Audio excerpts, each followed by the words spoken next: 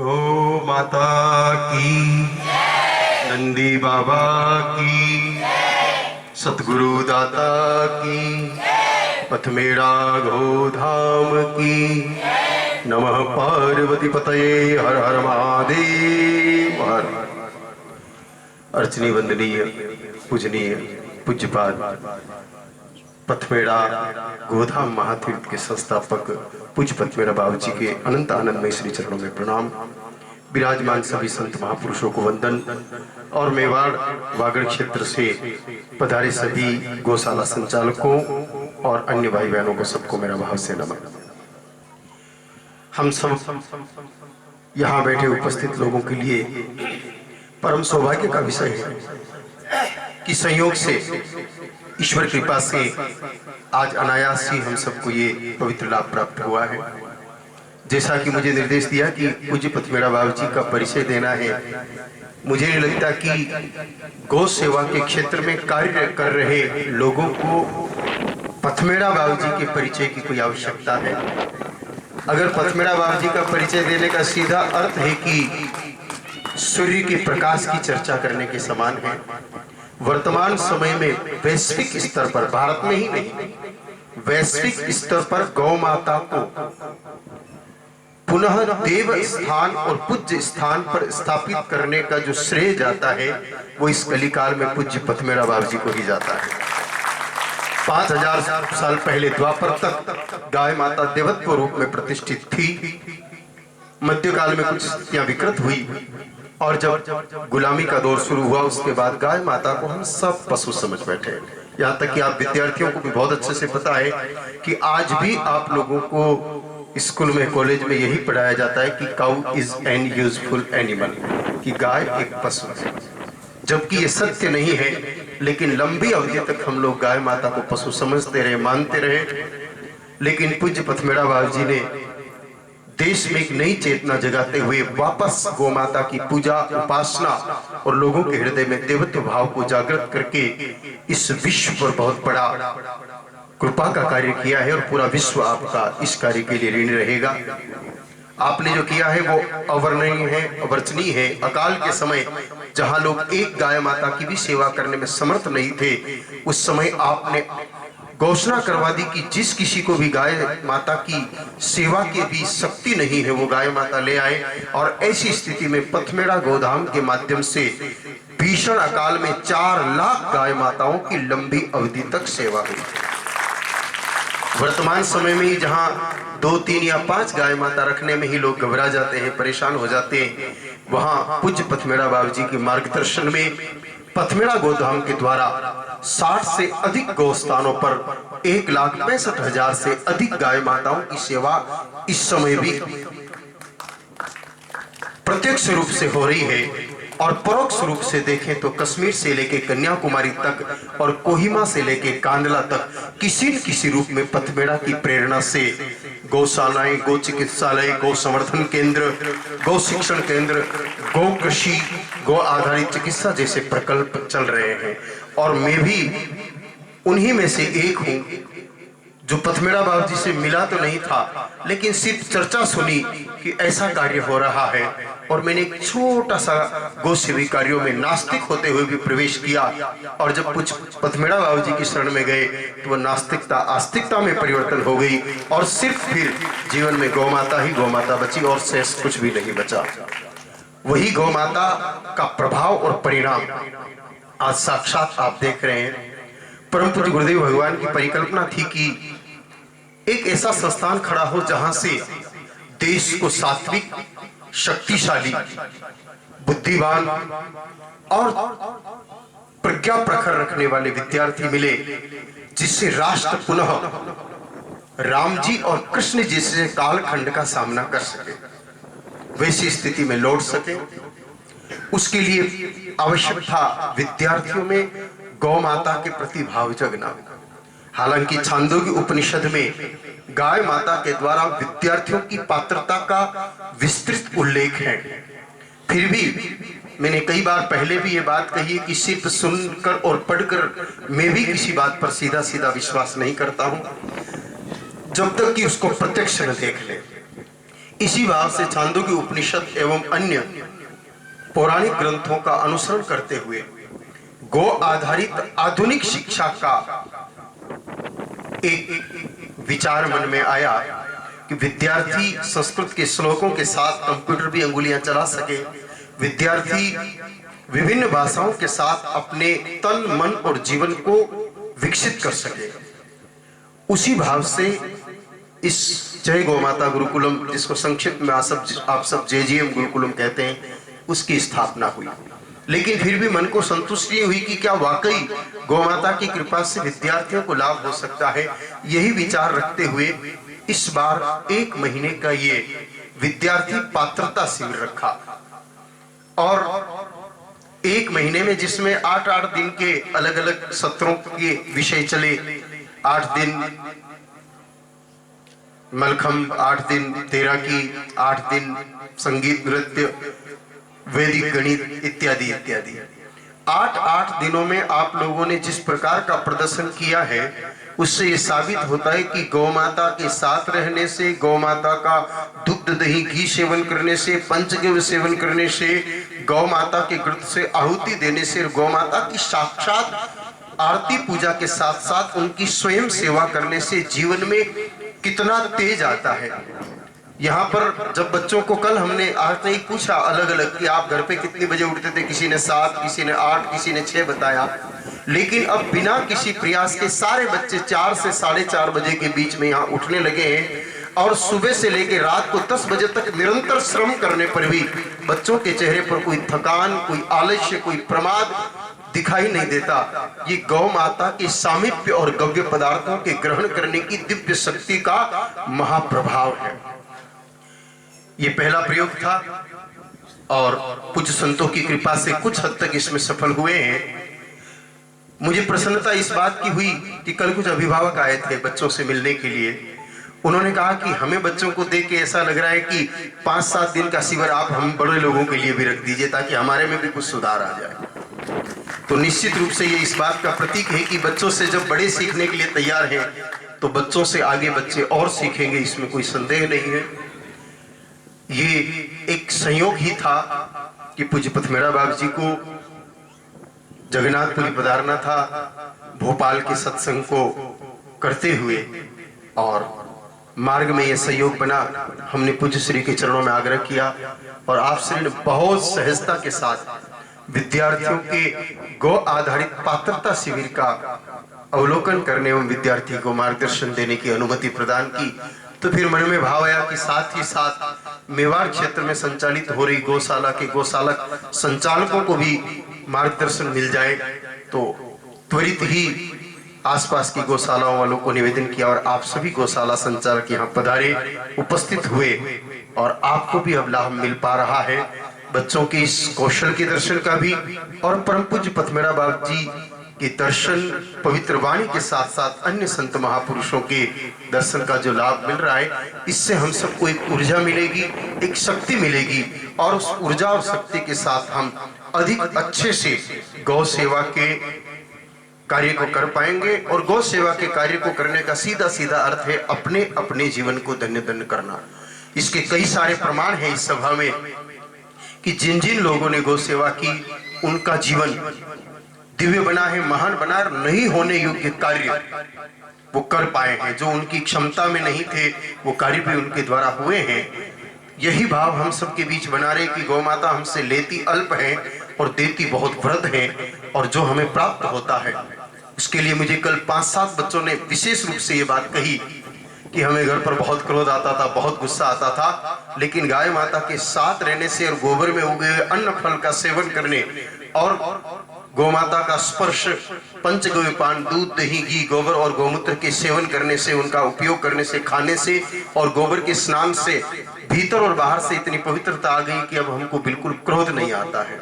और एक चीज आपने देखी होगी, इनमें उत्तर प्रदेश के विद्यार्थी भी हैं, महाराष्ट्र के भी हैं, गुजरात के भी हैं, राजस्थान के भी और अलग अलग जिलों के हैं। लेकिन जब भी चाहे नृत्य वाला विषय हो, संगीत वाला विषय हो या मलखम्ब वाला विषय हो, एक दूसरे का जो सहयोग कर रहे थे और समर्पित भाव से सहयोग कर रहे थे, ये गौ कृपा के बिना संभव नहीं है। जहां परिवार के लोग अपने अपनों का सहयोग नहीं करना चाहते वर्तमान समय की परिस्थिति में, वहां अलग अलग क्षेत्रों से आकर के भी क्षेत्रवाद को, आयु के सब बंधनों को भूल करके एक दूसरे का जो सहयोग कर रहे थे, ये गौ माता के सामीप्य का ही प्रभाव है और कोई प्रभाव हो नहीं सकता। और इसी भाव के लिए इस गुरुकुलम की स्थापना की गई और मुझे विश्वास है कि अब परम पूज्य पथमेड़ा बाबू जी के पवित्र चरण कमल यहाँ आज स्पर्श हो गए इस भूमि को। तो अब ये संस्थान जिस उद्देश्य से स्थापित किया गया था कि यहाँ से निकले हुए बच्चे चाहे राजनीतिक क्षेत्र में जाए, चाहे खेल जगत में जाए, चाहे अभिनय जगत में जाए, चाहे सैन्य जगत में जाए, चाहे व्यापार जगत में जाए, जहां कहीं भी जाए, राष्ट्र, धर्म, संस्कृति का प्रचार प्रसार करेंगे और गौ माता की सेवाओं की महिमा का गुणगान विश्व स्तर पर बढ़ाएंगे। वह कार्य निश्चित रूप से जल्दी ही पूर्ण होगा।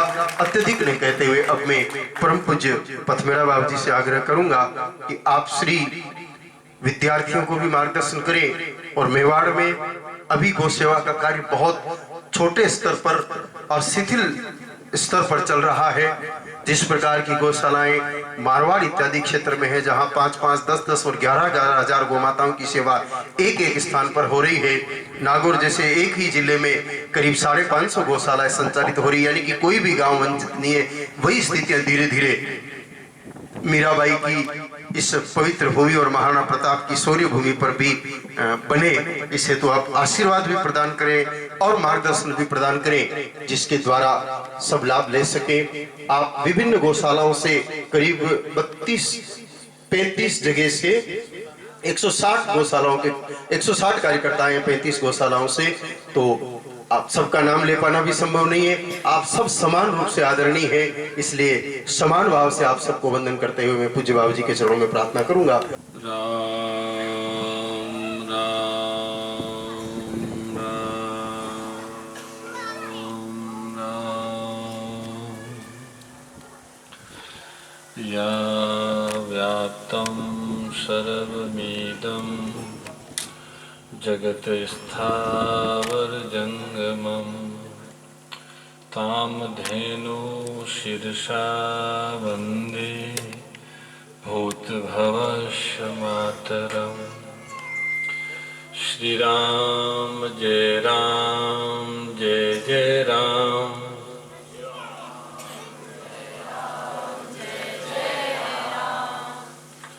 श्री राम जय जय राम।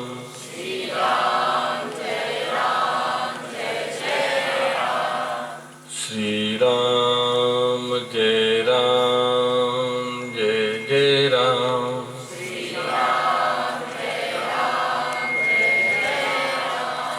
श्री राम जय जय राम।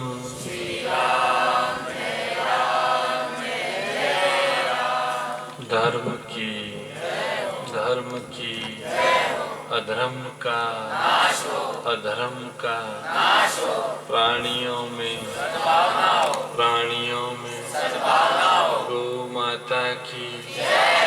गौ माता की हर हर महादेव।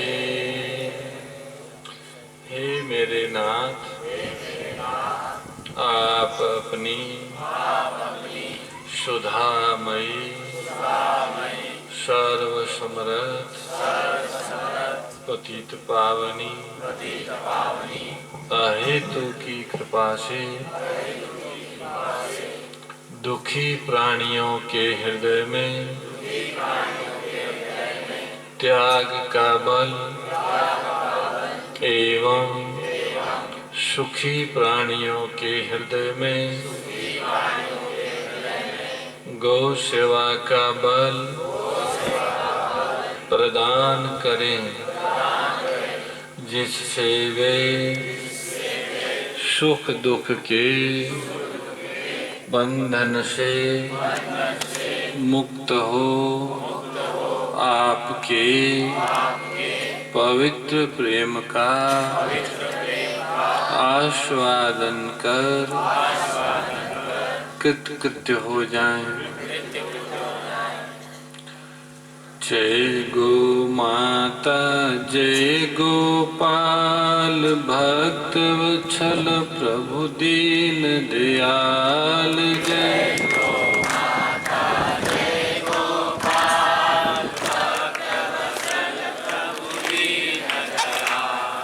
जय गो माता जय गोपाल भक्त वत्सल प्रभु दीन दयाल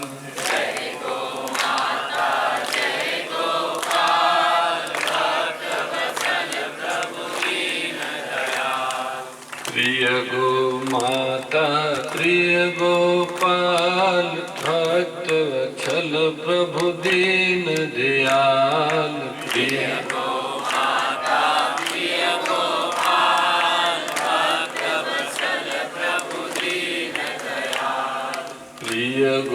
माता प्रिय गोपाल भक्त वत्सल प्रभु दीन दयाल प्रिय गो माता प्रिय गोपाल भक्त वत्सल प्रभु दीन दयाल जय गो माता जय गोपाल जय गो माता जय गोपाल जय गो माता जय गोपाल जय गो माता जय गोपाल जय गो माता जय गोपाल जय गो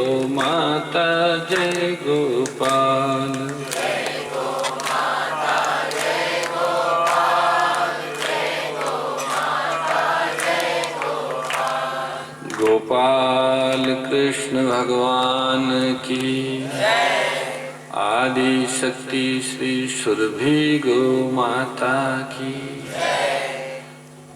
सद्गुरुदेव भगवान की सत्य सनातन धर्म की जय जय श्री राम जय जय श्री श्याम हर हर महादेव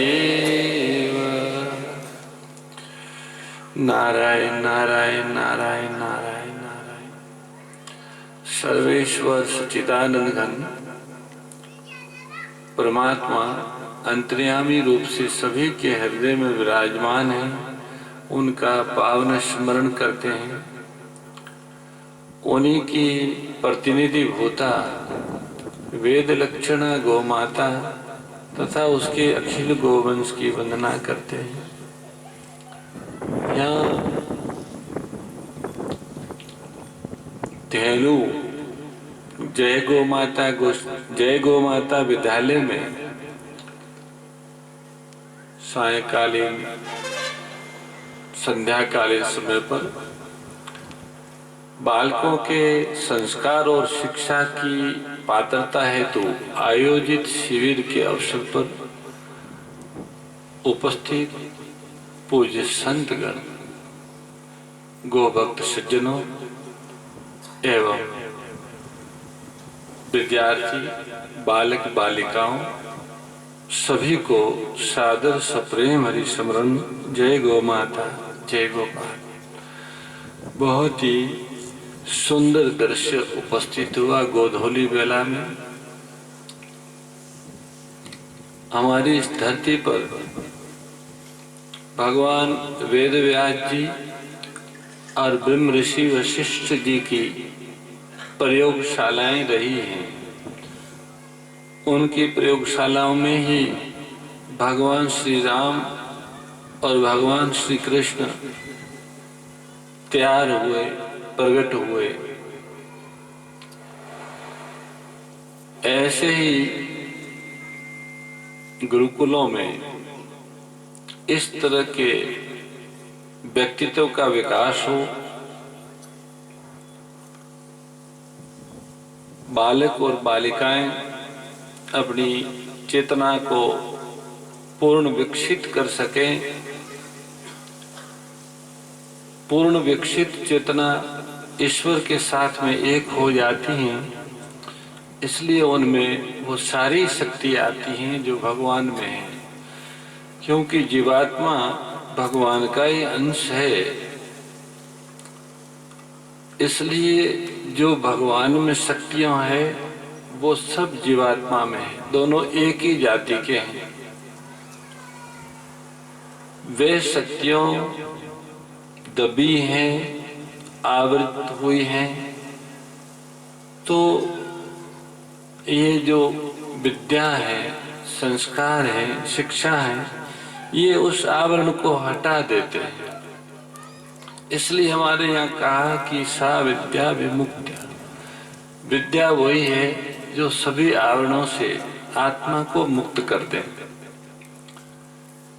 गुरुकुलों में ऐसी संपूर्ण विद्या दी जाती है, तन से, मन से, मस्तक से पूरा विकास हो।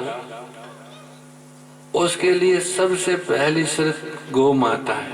किसी भी गुरुकुल की स्थापना गौ के बिना संभव नहीं। गौ माता से ही उन्हें, बालकों को वो ऊर्जा प्राप्त होगी जिससे वे विद्याओं को ग्रहण कर सकें और अपनी आत्मा पर आए हुए आवरणों को हटा सकें। वह योग्यता प्राप्त करने के लिए सात्विक, स्वस्थ और जागृत तन मन मस्तक की आवश्यकता है। शरीर भी स्वस्थ चाहिए, मन भी पवित्र चाहिए और बुद्धि भी जगी हुई चाहिए। ये तीनों बातें सात्विक आहार से ही संपन्न है। तन का स्वास्थ्य, मन की पवित्रता और बुद्धि की तीक्ष्णता आहार, सात्विक आहार पर निर्भर है। क्योंकि जैसा आहार होगा ऐसा ही स्थूल और सूक्ष्म शरीर बनेगा। भोजन का स्थूल भाग स्थूल शरीर में और सूक्ष्म भाग मन बुद्धि में निर्माण में काम आता है।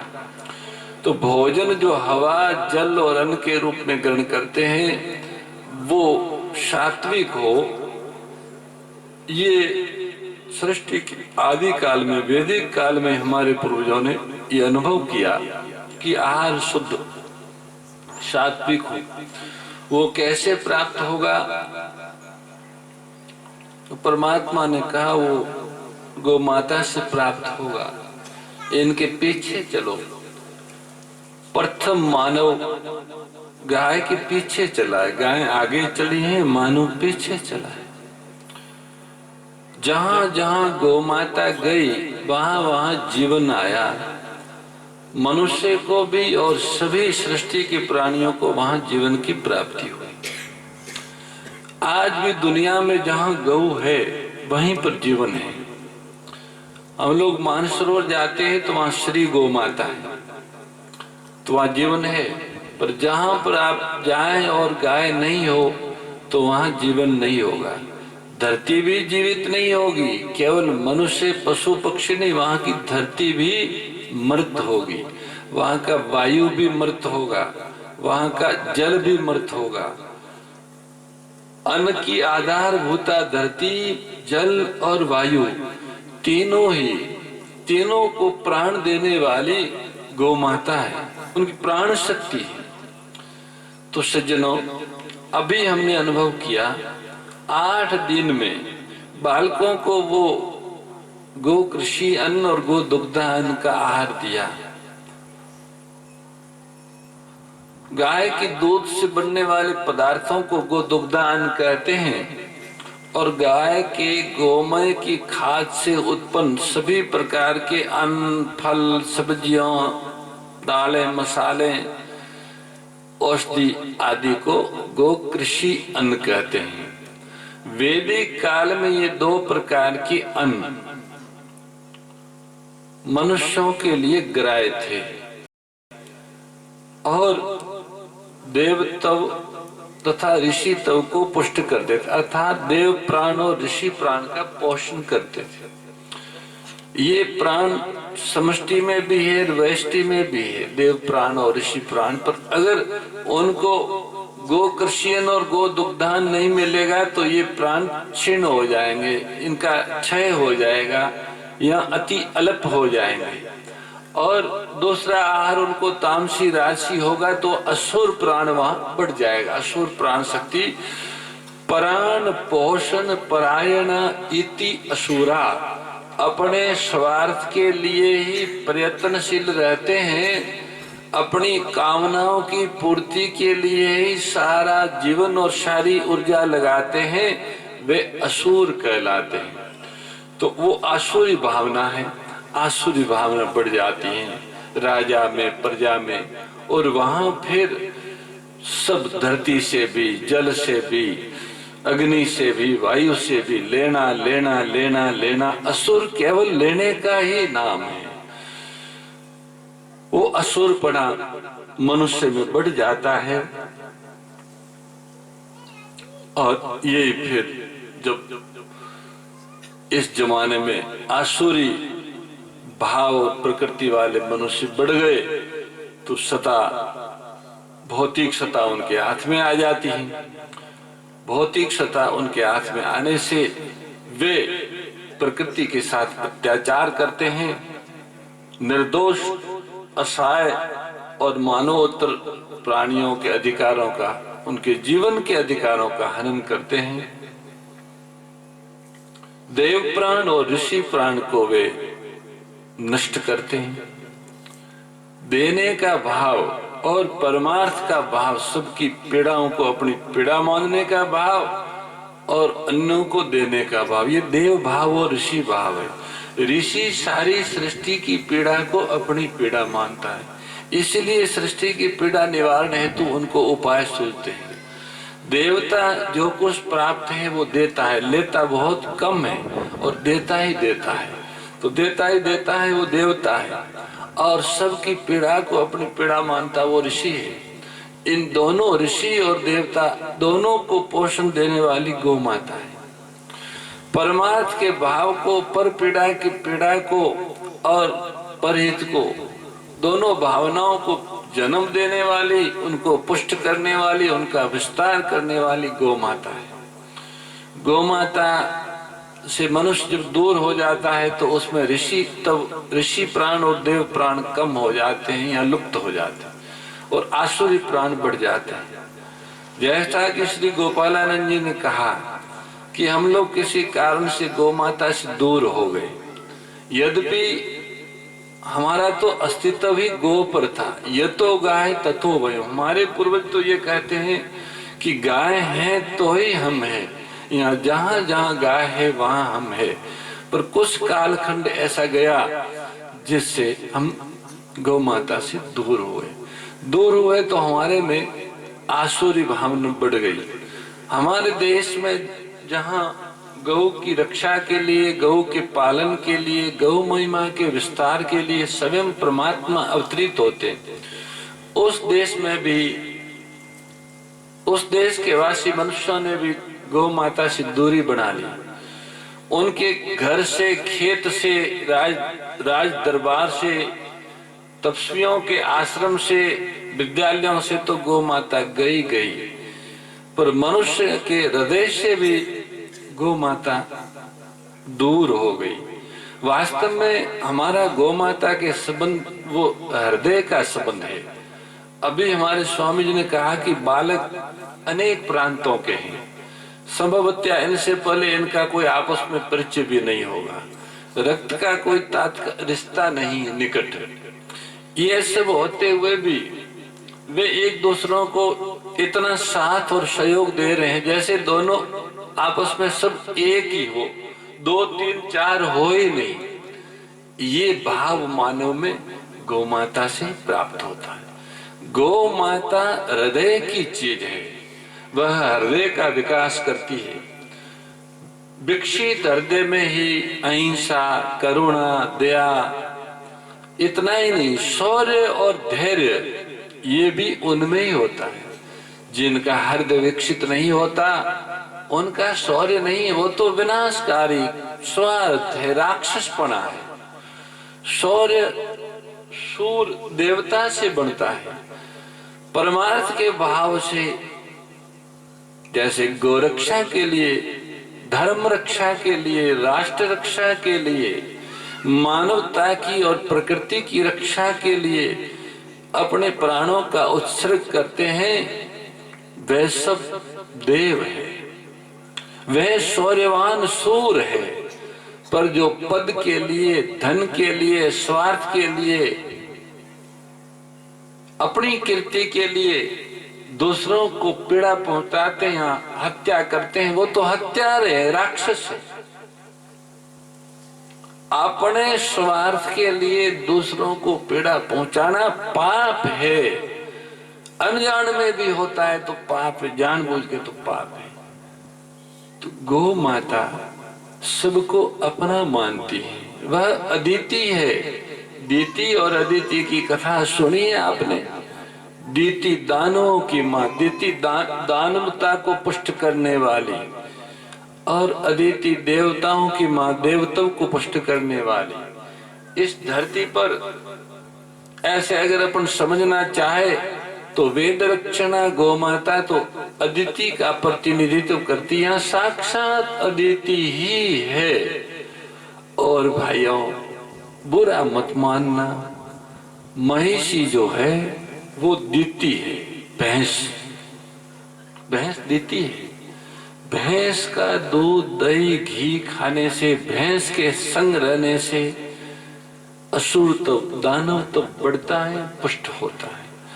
भारतवासियों को मुगलों ने, तुर्कों ने, पठानों ने, उसके पहले हुनों ने, यवनों ने, शकों ने, कुषाणों ने इतनी हानि नहीं पहुंचाई। सांस्कृतिक दृष्टि से, धार्मिक और आध्यात्मिक एवं ऐतिहासिक दृष्टि से सर्वाधिक क्षति भारत को अंग्रेजों ने पहुंचाई। भैंस पालन 16वीं शताब्दी के बाद घर घर प्रारंभ हुआ। भैंसें थी, पर भैंसों का दूध, दही, घी भोजन का विषय नहीं था। देवताओं को तो भोग लगने की बात दूर है, पर मनुष्यों के भी खाने योग्य नहीं था। केवल बुद्धिहीन जो पाश्विक बल वाले व्यक्ति या पशु होते, उनको भैंस का दूध, मक्खन आदि खिलाते थे। उसमें चर्बी बढ़ती, बल बढ़ता, बुद्धि वैसे रहती, तो नियंत्रित रहते। मनुष्यों के लिए महिषी का था ही नहीं, वो देती है, गो देती है। अब पिछले 4, 5, 6 दशकों से एक और पशु आया, वो तो अदिति तो वो है ही नहीं, पर दीति भी नहीं है। अदिति तो वो है ही नहीं, पर दीति भी नहीं है। वो उनकी उपमा आप पूतना मौसी से दे सकते हो। पूतना जब गोकुल में गई तो आप जब कभी ब्रज लीलाओं सुने या पढ़े तो वहां वो यशोदा जी को कहती है कि मैं तुम्हारे दूर की बहन लगती हूँ।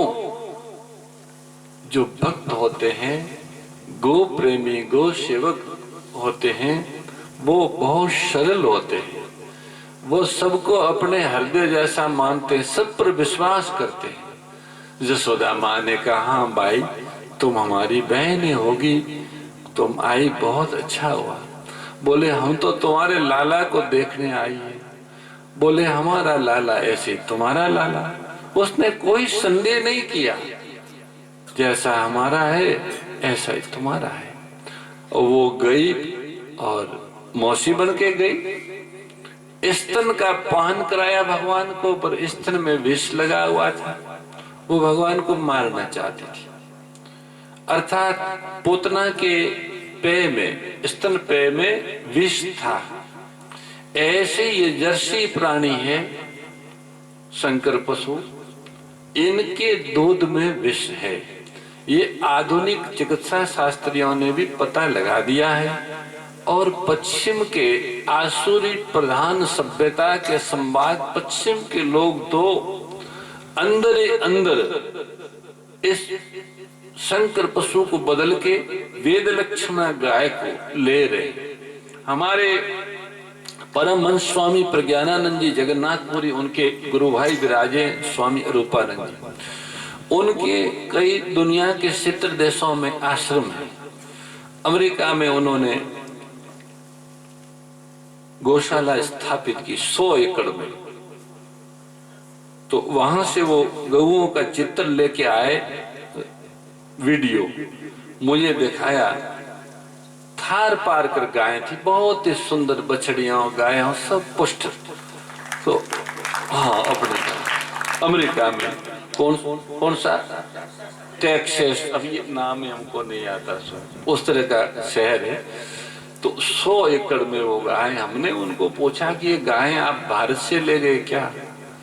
तो उन्होंने मुझे बड़ी आश्चर्य में डालने वाली बात कही। बोले महाराज, वहां ग्राम्य क्षेत्र में 40% ये हमारी गाय हो गई है, हमने वहीं से लाई। इतनी सुंदर, इतनी स्वस्थ गायें 40% अमेरिका में। ब्राजील तो कहते हैं कि हर वर्ष 25 लाख गाय हमारी वेद लक्षणा गाय तैयार करके दूसरे देशों को दे रहा है। ऑस्ट्रेलिया में वेद लक्षणा गाय, थोबी और कपूत, थारपारकर है, कांकरेज है, साहिवाल है, गिर है, राठी है। हमारे देश की सर्वाधिक दूध देने वाली जो नस्लें थी वो सारी नस्लें विदेशों में। अभी बनास डेयरी के चेयरमैन शंकर भाई आए, उन्होंने हमको कहा कि ब्राजील में 52 लीटर दूध कांकरेज नस्ल की गाय दे रही है। तो अगर आप अनुमति दें तो हम उसमें से कुछ नस्लें और नंदी यहाँ भारत में लाना चाहते हैं। तो हमने कहा अवश्य लाइए, हमारी अनुमति का क्या इसमें, पर हमें लज्जा तो आनी चाहिए, शर्म तो आनी चाहिए कि हमारी कांकरेज गाय वहां गई, अब हम ला रहे। बताओ उन्होंने कैसे दूध बढ़ाया? तो उन्होंने कहा उन्होंने कोई कृत्रिम चीज नहीं की, पिछले 30 वर्ष से अच्छी तरह से गौओं की सुश्रवा की, विधिवत उनको आहार, भोजन, स्नान, परिभ्रमण, बछड़ों को पर्याप्त मात्रा में दूध पिलाया, उन्हें हरा चारा दिया, जो उनके शरीर के पोषण के लिए आवश्यक है, उनके मन के लिए जैसा वातावरण चाहिए ऐसा वातावरण दिया। इन लोगों ने बंसी सुनाते हैं ये लोग गौ माता, तो दूध उनका 52 लीटर हो गया। गिर गाय का तो 70 लीटर आपने भी सुना होगा, पहले ही आ गया था समाचार पर, ये इस वर्ष की बात है। तो ये हमारी गौ माताएं जो 8 है, ये कौटिल्य के काल तक 16 से लेके 40 लीटर तक दूध ये सारी गौएं 8 पैर में देती थी। और बहुत सारी गौएं ऐसी हैं जो 12 से लेके 24 लीटर दूध देती थी, उनके बैल भी ठीक है। उसके बाद एक और है जो 5 से लेके 15 लीटर तक दूध देती थी। ये 5 से नीचे भारत की कोई गाय इससे कम दूध कौटिल्य के काल तक नहीं देती थी। और कौटिल्य के काल में 1000 से अधिक नस्लें भारतवर्ष में विद्यमान थी, 1000 से अधिक। आज भी एक प्रांत में अनेक नस्लें होती हैं। हमारे यहाँ मेवाड़ की जो नस्ल है, बागड़ की नस्ल है, वह देखने में छोटी है। ये हाड़ौती में जो आप रेडी नस्ल देख रहे हैं ये गिर से आई है, यहाँ की नहीं। ये देखने में छोटी नस्ल है, पर ये इनमें भी कोई ऐसी नहीं थी जो 5 लीटर से एक टाइम में 5 लीटर से कम दूध देती हो, इससे अधिक देती थी। और इनके दूध में गुणवत्ता, वो जो 40 लीटर दूध देने वाली गाय है उनसे 4 से 10 गुना थी, 4 से लेके 10 गुना तक अधिक गुणवत्ता इन गायों के दूध में थी, गौमूत्र में थी, गोमय में भी थी। अब आधुनिक विज्ञान ने यंत्र स्थापित किए तो सारी चीजें सामने आ जाएगी। अभी भारत सरकार की अनेक कृषि विश्वविद्यालयों ने, उनकी प्रयोगशालाओं ने ये एक संवेद स्वर में स्वीकार किया कि भारतीय गाय, वेद लक्षणा गाय के 1 ग्राम गोबर में 300 से लेके 500 करोड़ ऐसे बैक्टीरिया है जो धरती को पुष्ट करते हैं। ये किसी अन्य पशु के मल में है ही नहीं। तो गोमय की अन्य पशुओं के मल से अलग बताने की जो बात है वो इसमें सिद्ध हो गई। गोमूत्र वाली बात भी आप सब जानते हैं। दूध, दही, घी, छाछ, इनकी बातें तो अपने से छुपी हुई नहीं है। आज जो 8 दिन का अभ्यास बालकों ने हमको दिखाया, हारमोनियम भी बजाया, गीत भी गाया और ऊपर भी चढ़े, युद्ध भी किया, मलखंब वाली भी बड़ी जबरदस्त क्रांतिकारी सारी दृश्य उपस्थित किए। बहनों ने भी जबरदस्त दृश्य उपस्थित किया। शिव तांडव भी बहुत सुंदर। ये वैसे तो जिन्होंने इनको प्रशिक्षण दिया है वे सब आचार्य अभिनंदन के पात्र हैं, पर इसमें भी बड़ी चीज है, वो है गाय का गब्बे। ये गौ माता के गब्बे ले रहे हैं, दूध ले रहे हैं, जैसा महाराज ने कहा, इनमें अदम्य ऊर्जा का निर्माण हो रहा है। जिस ऊर्जा का वे अगर विनियोग करें तो एक एक देश को, दुनिया को बहुत कुछ दे सकते हैं। गौ माता ने जो आत्म भाव मनुष्य को दिया है कि वो सबको अपना माने, वह भाव भी इन बालकों में दिखा कि सब प्रांतों के बालक एक मन, एक भाव से, एक लय से सारा खेल कर रहे थे। ये शक्ति गौ माता ने हम सनातनियों को अनादिकाल से दी है, इसलिए हम पूरी वसुंधरा में निवास करने वालों को अपना कुटुंब मानते हैं। चींटी से लेके हाथी तक हम अपने इन सबको सेव्य का स्वरूप मानते हैं। इसीलिए तो चींटी को भी देते हैं और हाथी के लिए व्यवस्था करते हैं। हाथियों को खिलाना भी पुण्य है। हमारे जब नागा बाबा लोग हाथी लेके आते थे तो गांवों के लोग हाथी को खिलाते, बड़ा पुण्य लगता है। गणेश जी है और चिट्टी को तो देते ही हैं, आप सब जानते हैं। ये जो भाव है ये गौ माता से ही आया है।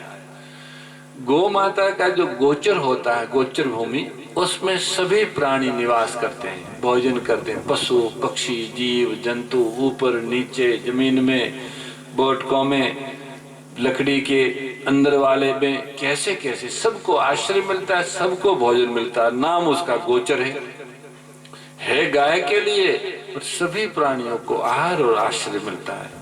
इसलिए गो का आंचल है वो बहुत बड़ा विराट है। गावो विश्वस्य मातरः, सभी प्राणियों को वो मातृत्व देती है। प्राणियों को नहीं, वो पंच महाभूतों को भी वात्सल्य देती है। इसलिए मातरः सर्वभूतानां का। तो सज्जनों, गो की वह वात्सल्य शक्ति जिससे मनुष्य में, नर में नारायण तो राम और कृष्ण के भाव और शक्तियां जागृत हो सकती, वो हमने यहां देखा। बालक सौभाग्यशाली हैं कि उन्हें इसमें ये तो काम तो होना है, होगा। भविष्य के भारत का निर्माण और उसके संचालन के लिए जिस तरह की मानवीय शक्ति की आवश्यकता है, उसके विकास का स्रोत और उसका आधार गौ माता ही है। तो कार्य प्रारंभ हो गया और बालक इसमें लाभ लेंगे, पर प्रारंभ में तो आप ही माने जाओगे कि सबसे पहले इस गुरुकुल में ये गए थे। इतिहास बन रहा है, तुम्हारे जन्म से ही प्रारंभ हो गया। ये अभी जो आप खेल दिखा रहे थे शौर्य का, ये शौर्य धर्म के और राष्ट्र के लिए आपको काम में लेना है, पर उसके साथ में विवेक का भी उपयोग करना। विवेक गौ माता देगी। मेवाड़ की अनेक गौशालाओं के कार्यकर्ता, ट्रस्टी और अन्य गोभक्त यहाँ विराजे हुए हैं। पूज्य संतगण विराजे हैं। मेवाड़ में वास्तव में जो मेवाड़ भूमि की महिमा है, उसका जो मान है, उसका जो गौरव है, उसके अनुरूप गौ सेवा नहीं हो रही है। हमें असंतोष है, पीड़ा भी है, भामाशाह का प्रदेश मेवाड़ माना जाता था। धर्म और राष्ट्र की रक्षा में अग्रगण्य वीर यहाँ रहे। सव्यम श्रीनाथ जी जो गो सेवक गोपालक है, उन्होंने मेवाड़ को अपना स्थल बनाया। फिर भी इस समय मेवाड़ गो सेवा में पीछे है। यद्यपि जो कर रहे हैं वो खूब कर रहे हैं। श्री गोपालानंद जी महाराज भी तो मेवाड़ी हैं। वो मेवाड़ी नहीं, पूरे प्रदेश और देश में गो सेवा की अलग जगह है। ये पहली बार अकाल के समय जब आए तो बड़े क्रांति से, बड़े जोर जोर से बोलते थे, माइक फट जाए ऐसे। युवाई थे, राजेंद्र दास जी भी थे, बोले ये कौन आ गया, लड़के से थे, खूब बोले। चमड़ा और ट्यूब और ये और वो और सारी जो खाद्य सामग्री है उनके बारे में खूब अच्छा हुआ। तो आपने जैसा कहा कि इन्होंने जीवन ही, साधु जीवन ही गौ के लिए ही धारण किया है। उनका लक्ष्य, संन्यास लेने का लक्ष्य गौ सेवा, गौ रक्षा और गौ महिमा ही है। और ये इस जन्म की बात नहीं है, ये इस जन्म की बात नहीं, ये पिछले कई समय से इसी महाअभियान से जुड़ी हुई आत्माएं हैं।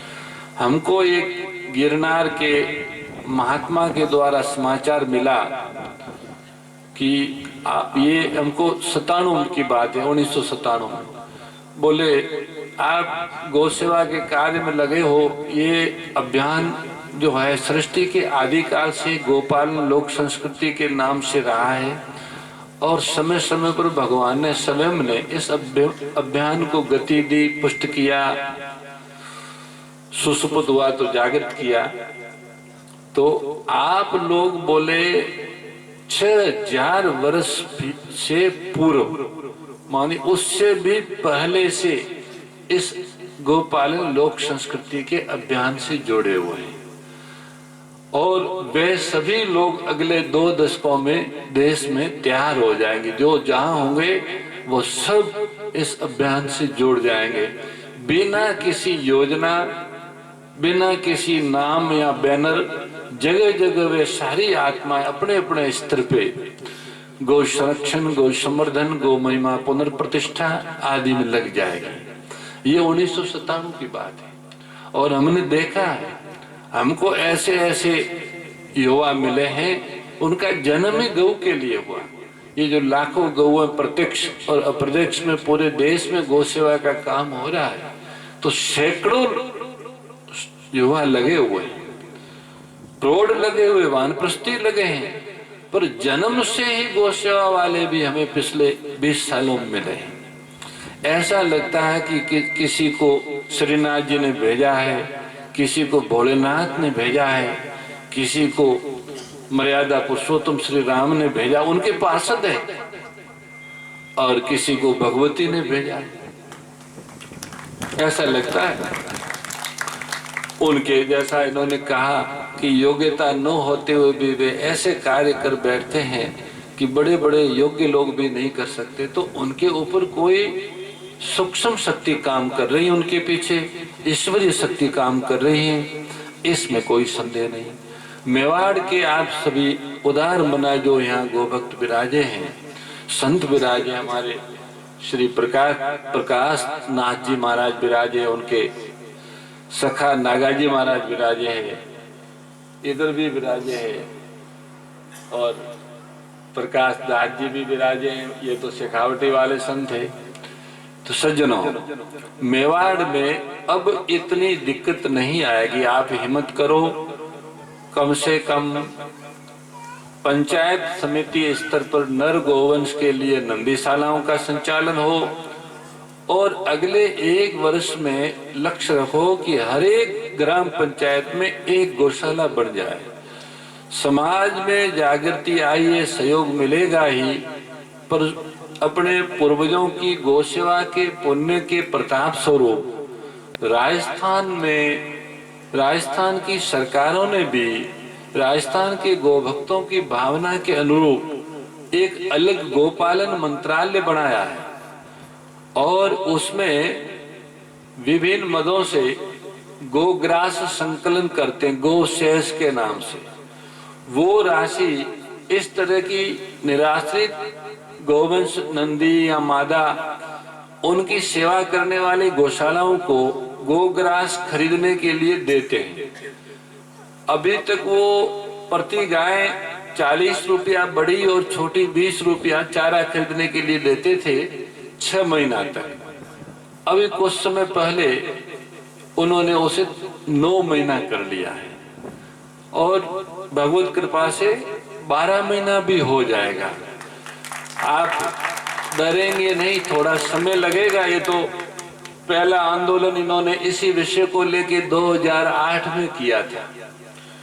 2008 में सरकार से निराश्रित और असहाय गोवंश के लिए आश्रय और आहार स्थायी रूप से प्राप्त हो, इसके लिए यहाँ अपने भिलवाड़ा के श्री अशोक जी कोठारी, यहाँ विराजे प्रकाश जी भाई साहब, दिनेश गिरी जी, प्रदेश के सारे गो भक्त वहां अनशन पर बैठे गोधाम पथमेड़ा में।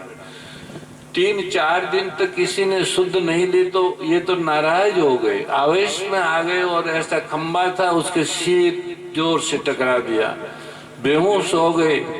संत इनको गोद में लेके बैठे थे, हम वहां आए, देखा हमने, बाद में इन्हें होश आया तो बोले मिट्टी का तेल लाओ, मैं आत्मदाह करूंगा। संत भूखे मर रहे हैं, ग्वाले भूखे मर रहे हैं, ब्राह्मण भूखे मर रहे हैं और धर्म के नाम से सत्ता में आई हुई सरकारें शुद्ध नहीं ले रही हैं। ऐसा करके ये बड़े व्याकुल हो गए। हमने इनको कहा कि जब आप लोग अनशन करने बैठे तब हमने कहा था कि यहाँ मत करिए, जयपुर में करिए। तो अशोक जी ने, सबने कहा कि जयपुर में पुलिस उठा के ले जाएगी, हमको करने नहीं देगी, इसलिए हम पचपेड़ा गोधाम में करें।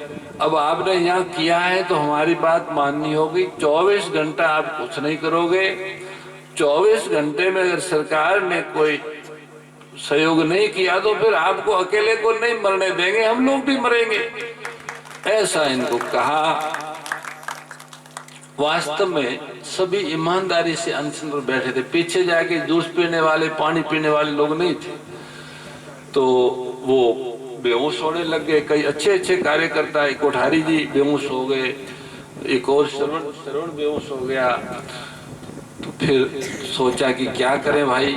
तो रात्रि को 12 बजे वहां के कलेक्टर को कहा कि कल शाम तक सरकार को यहाँ उपस्थित होना है, जवाब देना है, नहीं तो 5 बजे बाद में अगर एक भी व्यक्ति ने, इनको 5 बजे तक का समय दिया, आत्मदाह किया तो यहाँ अनेक लोग आत्मदाह करेंगे और किसी के नियंत्रण में नहीं रहेगा। कलेक्टर ने रात को ही लगा रहा, सुबह तक सबको बता दिया, मुखिया को भी बता दिया।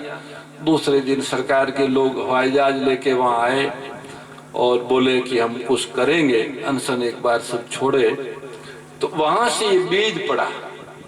उसके बाद में और भी कई अनशन हुए। तो उसमें ये बातें थी कि जो गोचर भूमियां हैं वो सुरक्षित रहे, उन्हें विकसित किया जाए, उनका सीमांकन हो, और जो ये गौ माताएं गरीब गोपालक किसान छोड़ देते हैं, इनके लिए गौशालाएं बने जो चल रही है। उन गौशालाओं को, नई गौशालाओं को सरकार आधा खर्चा दे, आधा समाज देगी, आधा सरकार दे, तो ये गायें दुखी भूखी सड़कों पर न घूमे।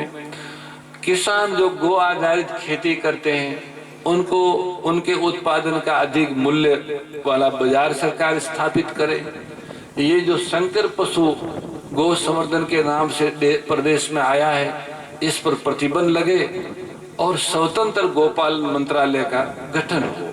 ये 5 बातें थी। तो उसी पे आगे काम होता गया। अब प्रदेश में तो इतिहास है लंबा, 8 से लेके 22 तक का, तो वो सब बताना आवश्यक नहीं है। तो इन वर्षों में अलग अलग, पहले निर्देशालय बना, फिर विभाग बना, फिर मंत्रालय बना। पहले 3 महीना ही सहयोग किया, फिर बीच में बंद कर दिया, फिर वापस 16 में शुरू किया 3 महीना का, फिर 6 महीने का किया, अब 9 महीने का किया। राजस्थान सौभाग्यशाली प्रदेश है जहाँ गोपालन मंत्रालय बना। भारत में किसी भी प्रांत में गोपालन मंत्रालय नहीं है, पहला है राज्य। और ये सरकारों ने बनाया है, पर सारे सरकारों को नहीं, गोभक्तों को। राजस्थान के लोग राजस्थान के अंदर और बाहर जहां भी रहते हैं वो गौ सेवा से जुड़े हुए हैं। भारत के अनेक प्रदेशों में मारवाड़ियों के द्वारा गौशालाओं स्थापित और संचालित है। बंगाल, आसाम, मद्रास, सब जगह आपको मिलेगी और सब मारवाड़ी संस्थापक और संचालक है। यहाँ भी 3000 से अधिक गौशालाएं राजस्थान में हैं। सभी लोग गौ सेवा करते हैं। उसी के प्रभाव से सरकार ने कानून बनाया है। इसलिए मेवाड़ वासियों से मेरी प्रार्थना है कि आप मेवाड़ के गोवंश को सड़कों पर मत रहने दीजिए। मेवाड़ से गलत लोगों के हाथ में एक भी गोवंश नहीं जाना चाहिए। मेवाड़ में एक भी गोवंश अखाद्य खा के रोगी होके अकाल मृत्यु नहीं मरना चाहिए। इस संकल्प के साथ में प्रत्येक पंचायत समिति पर एक नंदीशाला, छोटे से बछड़ों को वहां लें और प्रत्येक ग्राम पंचायत पर एक गौशाला, ऐसा लक्ष्य लेके आप बढ़े। श्री गोधाम पथमेड़ा और यहाँ विराजे हुए संत वे सब उसी तरह साथ रहेंगे जिस तरह मारवाड़ में साथ रह के उन्होंने गौ सेवा कराई है। ऐसे मेवाड़ में भी उसी तरह उपस्थित रहेंगे। बस आप तैयार हो जाओ और भय त्याग दोगे। क्या करेंगे, फिर चारा कहाँ से लाएंगे, फिर चारा कहाँ से लाएंगे। गौ सेवा के कार्य में साक्षात भगवान काम करते हैं, हम तो केवल निमित्त बनते हैं। हमें विश्वास होना चाहिए कि गौ सेवा ईश्वरीय कार्य है और ईश्वरीय कार्य में ईश्वरीय शक्तियों काम करती है, पर आधार मनुष्य बनता है, निमित्त मनुष्य बनता है। मनुष्य निमित्त नहीं बनेगा तो ईश्वरीय शक्तियों, ऐसे जैसे जंगल में पानी बहता है पर कोई उससे सिंचाई करता है, कोई नहाता है, मनुष्य उसमें निमित्त बनता है तो जल का सदुपयोग करता है। ऐसे ईश्वरीय शक्तियों का प्रवाह बहता है। मानव निमित्त बन के उसका इस तरह से उपयोग कर सकता है। तो आप सभी उसमें निमित्त बने। गाय रहेगी तो धरती रहेगी, धरती रहेगी तो राष्ट्र भी रहेगा, मनुष्य भी रहेंगे। धरती ही नहीं रहेगी तो राष्ट्र कैसे रहेगा। और गाय के बिना धरती रह ही नहीं सकती। गौ का प्राण धरती, धरती का प्राण गौ है। गौ का गोमय ही धरती का भोजन है। गौ की मंगलमय उपस्थिति धरती को जीवन देती। गाय के बिना धरती रह नहीं सकती। अगर गौ धरती से चली जाए तो धरती पताल में चली जाएगी। इसलिए अगर धरती को रहना है तो वो गौ से रहेगी। और फिर गौ को रखने में जो निमित्त बनते हैं वो धरती के रखने का जो ईश्वरीय संकल्प है उसमें लगे हुए हैं। भगवान ही इस सृष्टि को चलाना चाहते हैं कल्प तक। उसके बीच में विकृति आती है तो वो मिटाना चाहते हैं और उसका माध्यम गाय है। गाय की शक्तियों का विनियोग करने का आधार मनुष्य बन सकता है। गाय का रक्षण, उनका वर्धन, उनका पालन, उनके द्वारा प्राप्त दूध, दही, घी, गोमय और गोमूत्र आदि पंचगव्यों का विधि पूर्वक विनियोग ये सब मनुष्य ही कर सकता है। तो सज्जनों, ये गुरुकुल तो आगे बढ़े और हम गुरुकुल के लिए, गुरुकुल के संचालकों के लिए, विद्यार्थियों के लिए हम क्या करें। हमारे पास आपको देने के लिए कुछ है नहीं। हम साधु हैं, भिक्षा से निर्वाह करते हैं। हमारे पास कोई पदार्थ आपको देने के लिए नहीं, कोई वस्तु द्रव्य नहीं, पर हाँ हम आपको एक चीज दे सकते हैं। वो ये कि जो गौ सेवा का कार्य है वो ईश्वरीय कार्य है और जो इस कार्य में ईमानदारी से लगते हैं उनके साथ ईश्वर रहते हैं। ये विश्वास हम आपको दे सकते हैं। और जब ईश्वर रहते हैं तो पीछे क्या रहा, सब कुछ आ गया। भगवान रहते हैं। आप कहोगे इसका प्रमाण क्या है, आप तो कह दिए, पर भगवान गाय के कार्य में साथ रहते हैं, इसका प्रमाण क्या है। इसका प्रमाण गौ सेवा में लगे हुए, सच्चे हृदय से गौ सेवा में लगे हुए लोग हैं, आपके सामने भी बैठे हैं। किसी भी तरह की योग्यता न रखते हुए भी ईश्वर उनको सब इस कार्य में निरंतर साथ देते। उनको अनुभव होता है कि वो साथ है, आगे है, साथ ही नहीं आगे है, पीछे पीछे जाना है, मौज करो, विश्वास है, ईश्वर आपके साथ है। अब कौन सा ईश्वर है, कैसा ईश्वर है? ईश्वर तो भाई एक ही है। और कैसा भी तब होता है जब कोई वैसा हो, जब उनके जैसा कोई है ही नहीं, तो कैसा शब्द भी नहीं है और कोई है ही नहीं, इसलिए कौन शब्द भी नहीं। आप जैसा और जहां चाहते हो वैसा ही वो आपके सामने प्रकट होता है।